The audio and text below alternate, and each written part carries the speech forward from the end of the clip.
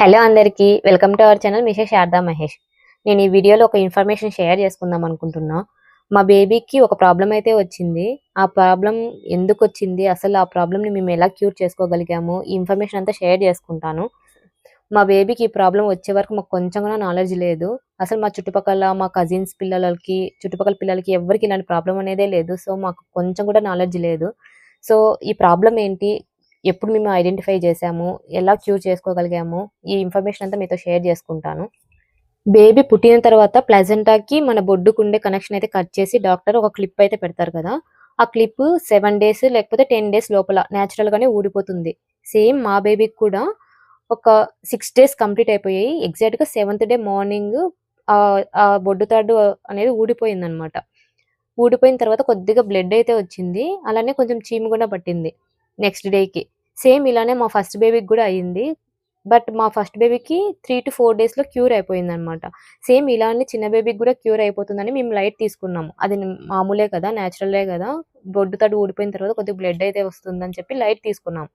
7 days, 8 days అయినా కూడా అది అలానే ఉందనమాట. బ్లడ్ అయితే తగ్గింది. బట్ వైట్ పస్ అలానే ఉండేది. కొద్దిగా తేమగా ఉండేదనమాట బొడ్డు చుట్టూ. లోపల నుంచి ఏదో తేమగా రావడం అలా ఉంటే, ఇంకా మా హస్బెండ్ పీడియాట్రిషియన్ దగ్గరికెళ్లారు. వెళ్ళింటే సార్ వచ్చేసి ఇంకా ఒక ఆయింట్‌మెంట్, ఒక పౌడర్ అయితే ఇచ్చారు. అది ఆయింట్‌మెంట్ అప్లై చేయాలి. ఆయింట్‌మెంట్ అప్లై చేసిన తర్వాత ఒక 3 అవర్స్ తర్వాత పౌడర్ అప్లై చేయాలి. పౌడర్ అప్లై చేసిన 3 అవర్స్ తర్వాత ఆయింట్‌మెంట్ అప్లై చేయాలి. ఇలా రిపీట్ చేస్తూ ఉండాలి ఒక 5 డేస్. అండ్ బేబీకి అసలు స్నానం చేపిచ్చొద్దన్నారు. ఒక తడిగుడ్డతో మాత్రమే ఒళ్ళంతా తుడవాలి అని చెప్పారు. సో, మేము 5 డేస్ చూసాము. 10 డేస్ వరకు చూసాము. ఆయింట్‌మెంట్ అయితే నేను 7 డేస్ యూజ్ చేశాను ఆయింట్‌మెంట్ పౌడరు. 10 డేస్ వరకైతే స్నానం చేయకుండా అలానే వెయిట్ చేశాము. 10 డేస్ తర్వాత బేబీని మేము పీడియాట్రిషియన్ దగ్గరికైతే తీసుకెళ్ళాము.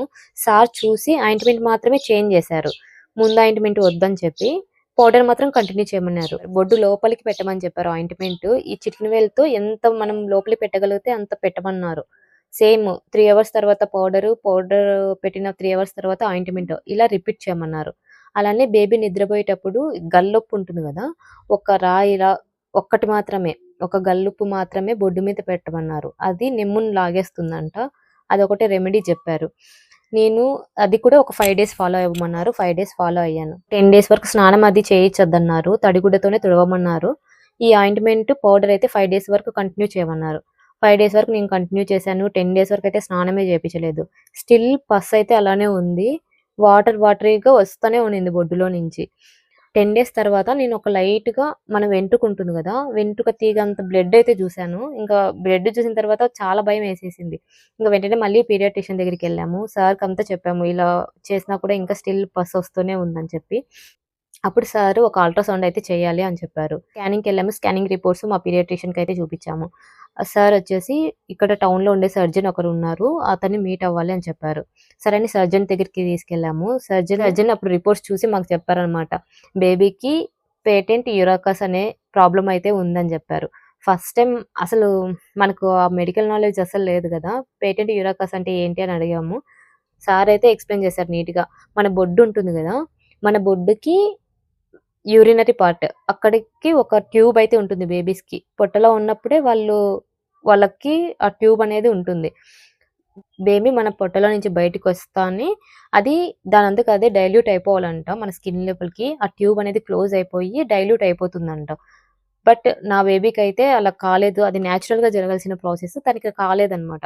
అది అలానే ఉండిపోయింది. అది క్లోజ్ అవ్వకుండా ఓపెన్‌లోనే ఉండిపోయింది. దాన్ని పేటెంట్ యూరకస్ అంటారంట. ఆ నెమ్ము ఎందుకొస్తుందో తెలుసా? బేబీ యూరిన్‌కెళ్తుంది గదా! ఆ యూరిన్ కొద్దిగా ఆ ట్యూబ్‌లో నుంచి వస్తూ అట్లా బొడ్డు లోపల నుంచి బయటకొస్తుంది. ఆ బొడ్డులో నుంచి వచ్చేది యూరిన్ అనమాట. బేబీ యూరిన్ బయటకొస్తుంది. ఆ యూరిన్ ఇన్ఫెక్షన్ అయ్యి అది వైట్ పస్‌గా అయిపోతుంది. అట్లా మేము వాటరీగా చూసాము. వైట్ పస్‌గా చూసామనమాట బేబీ బొడ్డులో. ఇది బేబీ స్కాన్ రిపోర్టు. ఇక్కడ ఫస్ట్ టైమ్ స్కాన్ చేసినప్పుడు 3.8 ఉంది బేబీకి. ఆ సర్జన్ చెప్పేసరికి అసలు చాలా భయమేసేసింది. బేబీకి ఇది ఎలా క్యూర్ అవుతుందంటే, ఇది నేచురల్‌గా జరగాల్సిన ప్రాసెస్. నేచురల్‌గా జరగకుంటే సర్జరీనే చేయాలి అని జెప్పారు. అసలు గుండెలు ఒక్కసారిగా ఆగిపోయాయి. బేబీకి అలా చెప్పేసరికి. అంత చిన్న బేబీకి సర్జరీస్ చేస్తారా? చేస్తారు మనం వింటాము. బట్ మన బేబీ వరకొచ్చేసరికి మనకు చాలా భయమేస్తుంది గదా! నాకైతే చాలా భయమేసింది. సార్ వచ్చేసి జనరల్ సర్జన్ అనమాట. సార్ వచ్చేసి ఇంకా మీరు సర్జరీ వరకు ఎళ్తున్నాం గదా! ఒకసారి ఇంకా చాలా పీడియాట్రిషియన్స్ ఉంటారు. పీడియాట్రిక్ సర్జన్స్ ఉంటారు. వాళ్ళ ఒపీనియన్ తీసుకోండి. సర్జరీ వరకు వెళ్లి వెంటనే ఒక డిసిషన్‌కి రావద్దండి అని జెప్పారు. వెంటనే బెంగుళూరు కన్నా, చెన్నై కన్నా వెళ్ళమని జెప్పారు. సో, సేమ్ పీడియాట్రిషియన్ కూడా అదే జెప్పారనమాట. ఒక 2 డేస్ ఆగాము. 2 డేస్ ఆగి ఇంకా బెంగుళూరుకైతే ఎళ్ళాం. ఇలా వైట్ పస్ అయితే వచ్చేది బేబీకి. ఎవ్రీడే వచ్చేది. ఎప్పుడు నెమ్ముగా ఉండేదనమాట. చీమైతే మార్నింగ్, ఈవినింగ్, ఆఫ్టర్‌నూన్ అని ఇలా కొద్ది కొద్దిగా వచ్చేది. నెమ్మయితే ఎప్పుడు ఉంటా ఉండింది బేబీకి. సార్ వాళ్ళు కొన్ని హాస్పిటల్స్ సజెస్ట్ చేశారు. ఆ హాస్పిటల్‌కెళ్తే ఎళ్ళాం. ఒక హాస్పిటల్‌కెళ్ళాము. అక్కడొచ్చేసి సర్జన్ అయితే అవైలబుల్‌గా లేరు. అక్కడ పీడియాట్రిక్ మెడిసిన్ ఒకరుంటారంట. పీడియాట్రిక్ సర్జన్ సెపరేట్‌గా ఉంటారంట. సో, ఆ రోజు సర్జన్ అవైలబుల్‌గా లేరు. సో, మెడిసిన్ వాళ్ళ దగ్గరికెళ్ళాం. ఆ సార్ ఏమన్నారంటే, "ఇదైతే ఖచ్చితంగా పేటెంట్ యూరకస్ ఇది దానంతట అదే నేచురల్‌గా క్లోజ్ అవ్వాల్సిందే అవ్వలేదు. సర్జరీ రిక్వైర్ అవ్వచ్చు. 1 వీక్‌లో అలా మీరు టైం తీసుకొని వచ్చి అడ్మిట్ అవ్వండి" అని చెప్పారు. నాకైతే ఒక్కసారిగా కళ్ళు తిరిగిపోయాయి. అసలు సార్ ఏమన్నారంటే, "ఎందుకు నువ్వు అంత టెన్షన్ పడిపోతున్నావు? ఇది బేబీ కోసమే గదా! బేబీకి సర్జరీ జరిగితే బేబీనే గదా బావుంటుందన్నట్టు" వాళ్ళు నన్ను మోటివేట్ చేశారనమాట. సార్ ఎంత చెప్పినా నా మనసైతే అస్సలు ఒప్పుకోలేదు. అంత చిన్న బేబీకి సర్జరీ చేయాలనా? ఎలా తట్టుకుంటుంది బేబీ? ఎలా నేను చూసుకోవాలి అంత చిన్న బేబీకి? అని చాలా భయమేసింది నాకు. నా మనసైతే అస్సలు ఒప్పుకోలేదు బేబీని సర్జరీకి తీసుకెళ్ళడానికి. ఇంకేమైనా ఆల్టర్‌నేటివ్ ఉందా? ఏదైనా మెడిసిన్స్‌తో, ఏమైనా ఇంజెక్షన్స్‌తో అట్లా ఏమైనా క్యూర్ చేయొచ్చని అడిగాము. అసలు అలాంటివేమి ఉండవు. బేబీకి వైట్ పస్ ఒస్తుంది గదా! బెడ్‌లో నుంచి. అది ఇంకా బాక్టీరియా అది ఎక్కువైపోయి ఇంకా చాలా డ్యామేజ్ జేసేస్తుందంట పొట్టలో. దాన్ని మనం ఫస్ట్ క్యూర్ చేసుకోవాలి. మేము మాకు లోకల్‌లో ఇచ్చారు గదా! పీడియాట్రిషియన్ పౌడర్, ఆయింట్‌మెంటు అవే సరిపోతాయి. ఇంక దీనికి మించి ఇంకేం మెడిసిన్స్ ఉండవు అని జెప్పారు. ఇంకో హాస్పిటల్‌లో పీడియాట్రిక్ సర్జన్ అయితే అవైలబుల్‌గా ఉన్నారు. అక్కడికెళ్ళాం బేబీని తీసుకొని.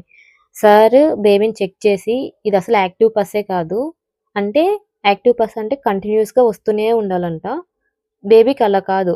మార్నింగ్ ఒకసారి వైట్ పస్ స్టార్ట్ అయిందనుకో, ఒక గంట అలా వస్తుంది. మళ్ళీ ఆగిపోతుంది. మళ్ళీ ఆఫ్టర్‌నూన్ అలా వస్తుంది. కొద్దిగా ఆగిపోతుంది. మళ్ళీ ఈవినింగ్ వస్తుంది. అలా బేబీకి వస్తూ ఉండేదనమాట వైట్ పస్. లేకపోతే యూరిన్ పోసిన కొద్ది సేపు తర్వాత కొద్దిగా వాటరీగా వచ్చేదనమాట. ఆ సర్జన్ ఏం చెప్పారంటే, బేబీకి పేటెంట్ యూరకస్ అయితే ఉంది. బట్ అదంత ఎమర్జెన్సీ అయితే కాదు. బేబీకి సర్జరీ చేయాల్సిన అవసరం కూడా ఉండదు. ఉండకపోవచ్చు. అంటే 100% షూర్‌గా అయితే చెప్పలేదు. బేబీకి సర్జరీ రిక్వైర్ ఉందో లేదో అని. బట్ మనం వెయిట్ చేయొచ్చు అని చెప్పారు. అలానే పేటెంట్ యూరకస్ ఎమర్జెన్సీ సింప్టమ్స్ కూడా చెప్పారు. ఏవంటే బొడ్డు చుట్టూ కొంచెం రెడ్డిష్‌గా ఉంటుంది. వాపు ఉంటుందంట.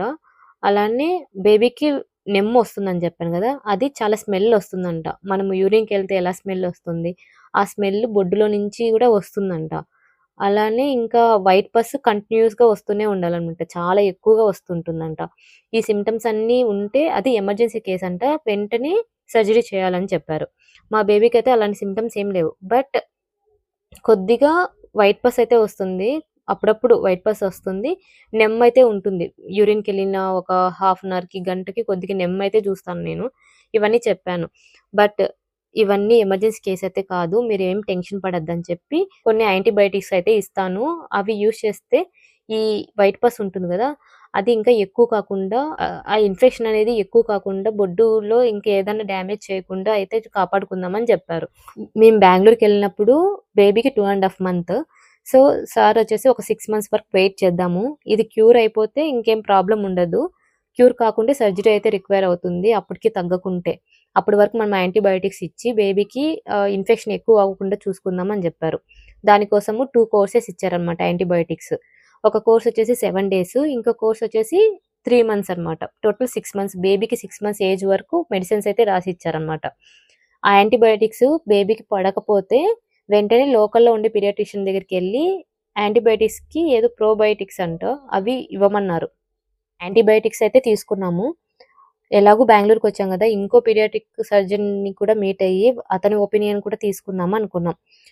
సో, వెళ్ళాము. ఒక హాస్పిటల్‌కైతే వెళ్ళాము. పీడియాట్రిక్ సర్జన్ అయితే మీట్ అయ్యాము. సార్ ఏం చెప్పారంటే, "ఎప్పటి నుంచి ఉంది ఇది" అని చెప్పారు. బొడ్డు ఊడిపోయింది గదా! అది బొడ్డు తాడు బేబీకి 7 డేస్‌కి అది ఊడిపోయినప్పటి నుంచి ఉందని జెప్పాము.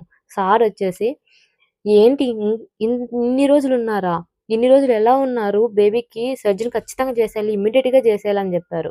అసలు ఫ్యూజులు ఎగిరిపోయాయి నాకైతే. ఇదంత ఎమర్జెన్సీ కాదని ఒక పీడియాట్రిక్ సర్జన్ చెప్తుంటే, ఈయనేంటి వెంటనే జాయిన్ అయిపోమన్నారు. ఈయనేంటి వెంటనే అడ్మిట్ అయిపోమంటున్నారు. వెంటనే సర్జరీ చేయాలంటున్నారు అని చాలా భయమేసింది.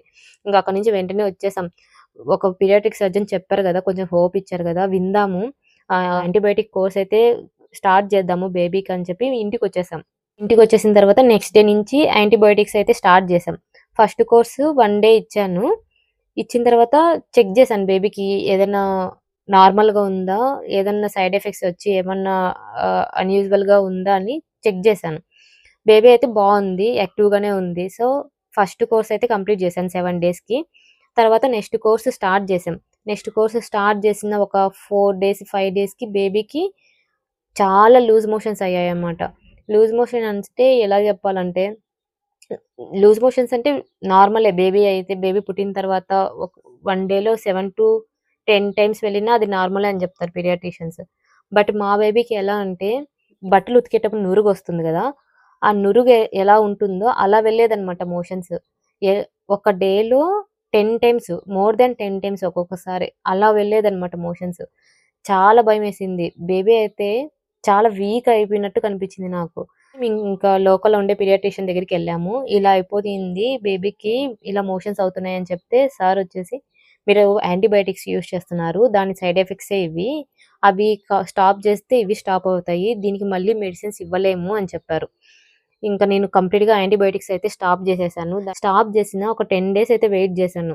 10 డేస్ వరకు మోషన్స్ అలానే కంటిన్యూ అయ్యాయి. 1 డేలో 10-15 టైమ్స్ ఎళ్ళేదన్నమాట.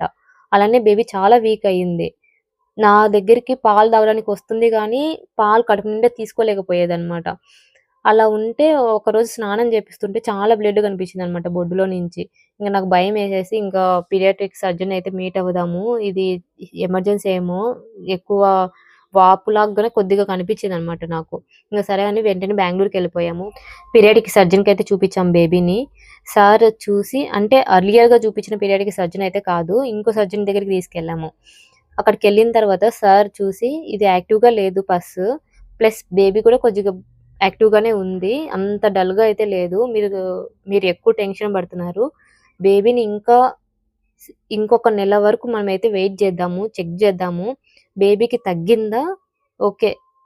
పర్లేదు. లేదు ఇంక 1 మంత్ వరకు కూడా ఇలానే ఉంది. ఫీడింగ్ కంప్లీట్‌గా స్టాప్ చేసేస్తోంది. బాగా వీక్ అయిపోతుందంటేనే సర్జరీకి ఆలోచిద్దామన్నారు. అది కూడా కన్ఫర్మ్‌గా సర్జరీకెళ్దాం అని అయితే చెప్పలేదు. అన్ అండ్ యాంటీబయోటిక్స్ అయితే కంప్లీట్‌గా స్టాప్ చేసేయమన్నారు. నేనైతే అప్పుడే స్టాప్ చేసేసాను. ఎప్పుడైతే బేబీకి మోషన్స్ స్టార్ట్ అయ్యాయో నేను కంప్లీట్‌గా అప్పుడే స్టాప్ చేసేసాను యాంటీబయోటిక్స్. ఈ సర్జన్ ఏం చెప్పారంటే, "యాంటీబయోటిక్స్ అస్సలు అవసరం ఉండదు. మీరెందుకు స్టార్ట్ చేశారు" అని చెప్పారు. అసలు సర్జరీకెళ్ళాలంటే పస్సు చాలా ఎక్కువొస్తుంటేనే సర్జరీ వరకెళ్తాము. ఇది చాలా తక్కువొస్తుంది పస్సు. బ్లడ్ కూడా అది నార్మలే. ఆ పస్సు ఉంది కాబట్టి బ్లడ్ కనిపిస్తోంది. మీరేం కంగారు పడొద్దండి అని చెప్పారు. అప్పుడు కొంచెం హోపొచ్చింది బేబీకి. ఓకే. ఇది ఎమర్జెన్సీ కాదు. ఇది నార్మలే. బేబీకి అలా ఉంది కాబట్టి పేటెంట్ యూరకస్ అది కూడా చాలా థిన్ పేటెంట్ యూరకస్. తనకు 3.8 ఎంఎం ఉంది. చాలా థిన్ పేటెంట్ యూరకస్ అంట. అంటే ఈ హోల్ ఉంటుంది గదా! ఈ హోల్ అది 3.8 ఉందన్నమాట బేబీకి. అది చాలా తక్కువంట. అది చాలా థిన్ పేటెంట్ యూరకస్ అని చెప్పారు. సో, ఇది చూద్దాము ఇంకా 1 మంత్ చూద్దాము. ఆహ్, ఒక పౌడర్ చెప్పాను గదా! స్టార్టింగ్‌లో బేబీకి పౌడర్ ఇచ్చారు గదా! అదే కంటిన్యూ చేయమన్నారు. ఎలా అంటే బేబీకి మన ఇయర్ బడ్ ఉంటుంది గదా! ఇయర్ బడ్‌తో బాగా నీట్‌గా ఆ పస్సంతా తీసేసి ఈ పౌడర్ అప్లై చేయమన్నారు. అది కూడా పౌడర్ లోపలికి వేయాల్సిన అవసరం లేదు. బయట మాత్రమే అప్లై చేసి బేబీని అక్కడంతా తేమ లేకుండా చూసుకోమన్నారు. అది పర్ డేలో ఒక 3-4 టైమ్స్ చేయమన్నారు. ఇది చేసి 1 మంత్ వరకు చూడమన్నారు. ఇది 1 మంత్‌కి తగ్గకుంటే తర్వాత చూద్దాము. ఒక అల్ట్రాసౌండ్ తీసి తన బేబీకి స్టిల్ థిన్ పేటెంట్ యూరకస్ ఉంటే సర్జరీకెళ్దామని అయితే చెప్పారు. సో, మేమింకా ఆయనిచ్చిన హోప్‌తోనే ఇంకా ఓకే. ఇది చూద్దాము. ఇది తగ్గిపోవాలనుకునే మేము ఇంకా ఇంటికొచ్చేసాము. అప్పటికే 3 మంత్స్ కంప్లీట్ అయ్యాయి బేబీకి. మేమింక సార్ చెప్పినట్టు ఆ ఇయర్ బడ్‌తో క్లీన్ చేసుకోండి. పౌడర్ అయితే అప్లై చేసుకుంటా ఉన్నాను. ఒక 2 డేస్ అప్లై చేశానలా. 2 డేస్ అప్లై చేసిన తర్వాత థర్డ్ డేకి కొద్దిగా తగ్గినట్టు అనిపించింది నాకు. ఎవ్రీడే మార్నింగ్ లేచిన తర్వాత బేబీకి చాలా పస్సు బయటకొచ్చేసేదనమాట. అదంతా క్లీన్ చేసుకొని పౌడర్ అప్లై చేస్తూ ఉన్నాను. అలా 2 డేస్ తర్వాత చెక్ చేస్తే కొద్దిగా తగ్గినట్టు అనిపించింది నాకు. ఏం తగ్గినట్టు అనిపిస్తుందే అని అనుకున్నాను. నెక్స్ట్ డేకి కంప్లీట్‌గా తగ్గిపోయింది. అసలు పస్సనేదే నేను చూడలేదు. అసలు ఏదో మిరాకిల్ జరిగిపోయినట్టు బేబీకి కంప్లీట్‌గా స్టాప్ అయిపోయిందనమాట. ఆ రోజు నుంచి ఇంక కంప్లీట్‌గా అసలు కొంచెం గూడా నెమ్ము లేదు. కొద్దిగా గూడా పస్సయితే లేదు తనకి. అసలు నిజంగా దేవుడున్నారురా బాబు! అసలు ఎలా తగ్గిపోయింది వెంటనే కొద్దిగా తగ్గుతా ఒక 1 వీక్ తగ్గిపోయినా ఓకే అనుకోవచ్చు. జస్ట్ 2 డేసే. 2 డేస్ పస్ తగ్గింది. వెంటనే కంప్లీట్‌గా స్టాప్ అయిపోయిందనమాట. 2 డేస్ తర్వాత ఇంక కంప్లీట్‌గా స్టాప్ అయిపోయిందనమాట. ఇంక మార్నింగ్ లేస్తానే నేను చూస్తాను. పస్సొస్తే క్లీన్ చేసేసి పౌడర్ అప్లై చేసేస్తాను. ఇది నాకు రొటీన్ అయిపోయింది బేబీ పుట్టినప్పటి నుంచి. బేబీకి ఆ ప్రాబ్లమ్ ఉన్నప్పటి నుంచి నాకు అది రొటీన్ అయిపోయిందనమాట. మార్నింగ్ లేస్తానే క్లీన్ చేసేయాలి, పౌడర్ ఏసేయాలి. తనకి అదంతా క్లీన్‌గా ఉండాలనేది నా రొటీన్ అయిపోయింది. ఇంగా ఒక 2 డేస్ తర్వాత లేచి చూస్తే బేబీకి కంప్లీట్‌గా అసలు కొద్దిగా గూడా పస్ రాలేదు. చాలా హ్యాపీ అయిపోయాను. బేబీకి ఇంక రాగూడదు, పస్సనేది చూడగూడదు నేను. బేబీ క్యూర్ అయిపోవాలి, సర్జరీ వరకు వెళ్ళగూడదని ఎంత మొక్కుకున్నానో దేవుడికి. అదేదో మిరాకిల్ జరిగిపోయినట్టు బేబీకి అసలు కంప్లీట్‌గా పస్సనేదే రాలేదు. నెమ్ము అస్సలు లేదు. ఇంక నెక్స్ట్ డే ఇంక అట్లనే అనమాట. అక్కడికి నేను క్లీన్ చేస్తూ రాకున్నా గూడా నేను క్లీన్ చేస్తూ పౌడర్ అయితే అప్లై చేశాను. ఒక 2-4 డేస్. ఇంక కంప్లీట్‌గా అప్పటి నుంచి స్టాప్ అయిపోయింది. హ్మ్. చాలా హ్యాపీ అనమాట బేబీకి అలా స్టాప్ అయిపోయేసరికి. 1 వీక్ చూసాము. కంప్లీట్‌గా పస్ అయితే రాలేదు. నెమ్ము లేదు. ఏమీ లేదు. బేబీ అయితే చాలా యాక్టివ్‌గా ఉన్నింది. ఫీడింగ్ గూడా తీసుకునింది. సో, లోకల్ పీడియాట్రిషియన్‌కయితే కాల్ చేసాము. ఇలా తగ్గిపోయింది. ఏమన్నా అల్ట్రాసౌండ్ చేసి తనకి కంప్లీట్‌గా క్యూర్ అయిందా లేదా ఒక టెస్ట్ అయితే ఒక అల్ట్రాసౌండ్ అయితే తీసుకుందాము. మన సాటిస్ఫాక్షన్ కోసము. బేబీ కంప్లీట్‌గా తగ్గిందా లేదా అనేది ఐడియా కోసం మాత్రమే అని చెప్పి అడిగామనమాట పీడియాట్రిషియన్‌ని. సార్ వచ్చేసి వెంటనే అయితే వద్దు. ఇంకా చూద్దాము. ఇంకా 2-3 వీక్స్ చూసి దానికి కంప్లీట్‌గా తగ్గిపోయింది. ఇంకేం ప్రాబ్లమ్ అయితే లేదంటేనే మనం అల్ట్రాసౌండ్‌కెళ్దాము. వెంటనే అవసరం లేదా అని చెప్పారు. ఒక 3 వీక్స్ తర్వాత మళ్ళీ అల్ట్రాసౌండ్ తీసుకున్నాము బేబీకి. ఇది 3 వీక్స్ తర్వాత తీసిన స్కాన్ రిపోర్ట్. ఆల్మోస్ట్ హాఫ్ పైనే తగ్గిపోయిందనమాట. 1.9 ఉందిప్పుడు. చెప్పాను గదా! తనకి 3.8 ఉన్నింది. ఆ పేటెంట్ యూరకస్. ఇప్పుడు 1.9 ఎంఎంకొచ్చిందనమాట. ఆల్మోస్ట్ హాఫ్ తగ్గిపోయింది. ఇంకా అది రిమైనింగ్ కూడా స్లోగా తగ్గిపోయి బాడీలో కలిసిపోతుందని జెప్పారు. చాలా హ్యాపీ అనిపిచ్చింది. ఇదంతా ఈ ప్రాసెస్ అంతా బేబీకి నా పొట్టలో ఉన్నప్పుడే బేబీకి జరగాల్సిన ప్రాసెస్. తను బయటకొచ్చిన తర్వాత చాలా స్లోగా జరిగిందనమాట. సార్ ఏం చెప్పారంటే, ఇలాంటి కేసెస్ చాలా రేర్. నేను వెళ్ళిన డాక్టర్ దగ్గర అందరి దగ్గర అడిగిన క్వెషన్ ఇదే. ఇలాంటి కేసెస్ ఉన్నాయా? ఇలాంటి కేసెస్ వచ్చిన తర్వాత క్యూర్ అయిపోయాయా? ఎన్ని సర్జరీస్ జరుగుతాయి ఇలాంటివి మీ హాస్పిటల్స్‌లో? ఇలాంటి క్వెషన్స్ అన్నీ అడిగాననమాట. వాళ్ళు ఏ హాస్పిటల్‌కెళ్ళినా వాళ్ళు చెప్పిన ఆన్సర్ ఒకటే. ఇది రేర్ కేసు. ఎప్పుడో ఒక కేసొస్తుంది. సర్జరీకి ఎప్పుడో ఒక కేసొస్తుంది. నార్మల్ కేసెస్ ఒస్తాయి. కాకపోతే మంత్‌కి 1 మంత్‌లోనే క్యూర్ అయిపోవాల్సింది. 1 మంత్‌లోనే క్యూర్ అయిపోయే కేసెస్ ఒస్తాయి. ఇట్లా 3 మంత్స్, 4 మంత్స్ వరకు ఉండే కేసెస్ అయితే ఉండవు. ఉంటే సర్జరీకైతే ఎళ్ళాల్సొస్తుంది. సర్జరీకెళ్ళాల్సిన కేసెస్ చాలా రేర్ అని జెప్పారు. మా లోకల్ పీడియాట్రిషియన్ అడిగితే లోకల్‌లో అయితే కంప్లీట్‌గా అసలు ఎవరికీ ఉండదంట ఇలాంటి ప్రాబ్లము. చాలా రేర్ కేస్ అని జెప్పారు. దేవుడి దయ వల్ల బేబీకైతే తగ్గిపోయింది. చాలా హ్యాపీగుంది బేబీ.